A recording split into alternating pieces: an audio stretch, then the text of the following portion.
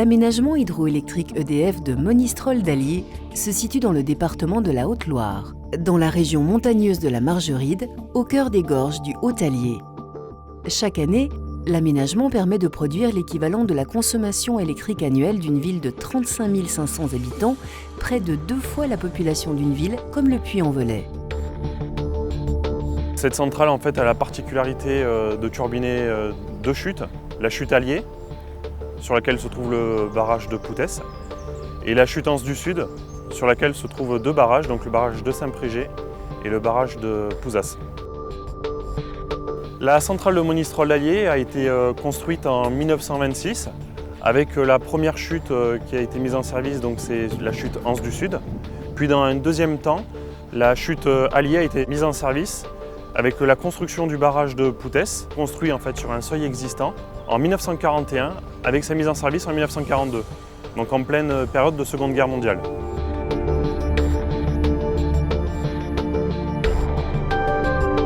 Sur la rivière Anse du Sud, le barrage de Saint-Prégé possède la plus grande retenue.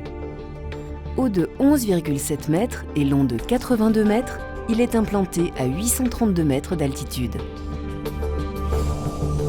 C'est le réservoir principal en fait, de cette chute, avec un volume de 400 000 m3. Ce barrage est capable de délivrer 10 000 litres par seconde au barrage de Pouzas pour partir dans le canal d'Amné et après être turbiné à la centrale de Monistrol-d'Allier. Derrière moi, la vanne est ouverte actuellement à 2000 litres par seconde. Elle peut monter jusqu'à 10 000 litres par seconde. À un peu plus d'1 kilomètre en aval, à une altitude de 791 mètres, se trouve le barrage de Pouzas. Il mesure 9 mètres de haut pour 65 mètres de long. Sa retenue est 7 fois plus petite que Saint-Prégé, mais il n'en est pas moins important. Il permet de capter l'eau d'un petit affluent nommé la Virlange et alimente l'usine de Monistrol-d'Allier via un canal à ciel ouvert qui chemine sur 4,3 km. Ce canal débouche dans un bassin qui alimente ensuite l'usine. Sur la chute Anse du Sud, des éclusées sont réalisées, c'est-à-dire qu'on va envoyer l'eau au moment où on a besoin de produire l'électricité, au moment en fait où le consommateur va consommer l'électricité. C'est un gros avantage pour EDF qui peut placer l'énergie au moment où le réseau en a besoin. Du côté de l'Allier, à une altitude de 650 mètres, se trouve le barrage de Poutès.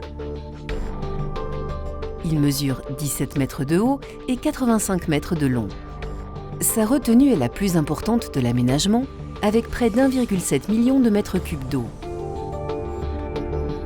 Derrière moi se trouve le barrage de Poutès, par lequel en fait est turbiné les 28 mètres cubes secondes possibles à la centrale de Monistrol via une galerie qui a été creusée dans la roche, qui fait 3 km 300, avec un diamètre de 3,50 m en forme de fer à cheval. À sa construction, le barrage était conçu pour réaliser, comme sur l'Anse du Sud, une production en éclusée, en fonction du besoin en électricité du réseau. Depuis 2012 et la signature d'une convention avec l'État pour des enjeux liés à la reproduction du saumon sauvage, son fonctionnement est maintenant au fil de l'eau. C'est-à-dire que le barrage exploite en continu le débit naturel de l'Allier sans faire varier le niveau de retenue. L'Allier est une des dernières rivières d'Europe à abriter le saumon sauvage. Ce barrage a donc été équipé d'un système complet de franchissement pour les poissons migrateurs en montaison et en dévalaison. Sur ma droite se trouve un ascenseur à poissons qui à l'époque était le premier ascenseur à poissons de France, qui a été construit en 1986. Cet ascenseur permet de faire remonter le poisson et notamment le saumon de l'aval vers l'amont et ainsi de franchir le barrage.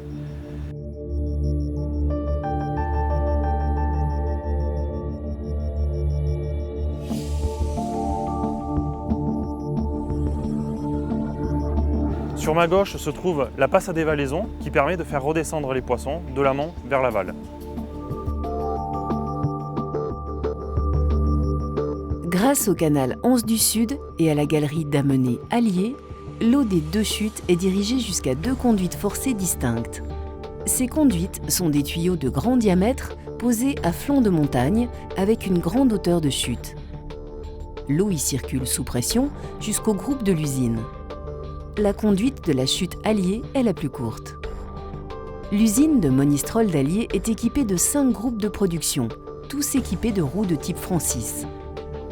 2 groupes horizontaux turbinent l'eau provenant de l'Anse du Sud et pour l'Allier, 2 groupes verticaux ainsi qu'un 3e petit groupe complémentaire horizontal pour exploiter les faibles débits. Qu'ils soient horizontaux ou verticaux, ils ont tous un fonctionnement similaire. Le principe est relativement simple, puisqu'en fait, vous avez l'eau qui arrive derrière le robinet sphérique. Pour démarrer le groupe de production, nous allons ouvrir le robinet, comme une vanne pour alimenter un évier, puis l'eau va arriver au niveau du vannage. Le vannage, en fait, est comme un 2e robinet qui sert à régler le débit qu'on veut injecter sur la turbine. Une fois qu'on a ouvert le robinet sphérique et que le vannage est ouvert, le groupe va partir en rotation et une fois qu'il sera à sa vitesse nominale, qui en France est fixée par la fréquence du réseau qui est de 50 Hz, le groupe va se coupler sur le réseau et l'alternateur va donc produire de l'électricité. Si on veut augmenter l'électricité produite par l'alternateur, on va augmenter le débit envoyé sur la turbine et si on veut le diminuer, on va le baisser avec le vannage. La vitesse du groupe, elle, ne bougera jamais et sera toujours fixée à 50 Hz. Une fois l'énergie produite, il va falloir maintenant l'évacuer. C'est le rôle des 2 transformateurs qui sont derrière moi. Un transformateur pour la chute Allier et un transformateur pour la chute Anse du Sud. La tension produite par les groupes est de 11 000 volts. Elle va être surélevée à 63 000 volts pour être transportée par le réseau donc RTE, puis rabaissée pour avoir une tension de 230 volts chez vous, à votre domicile.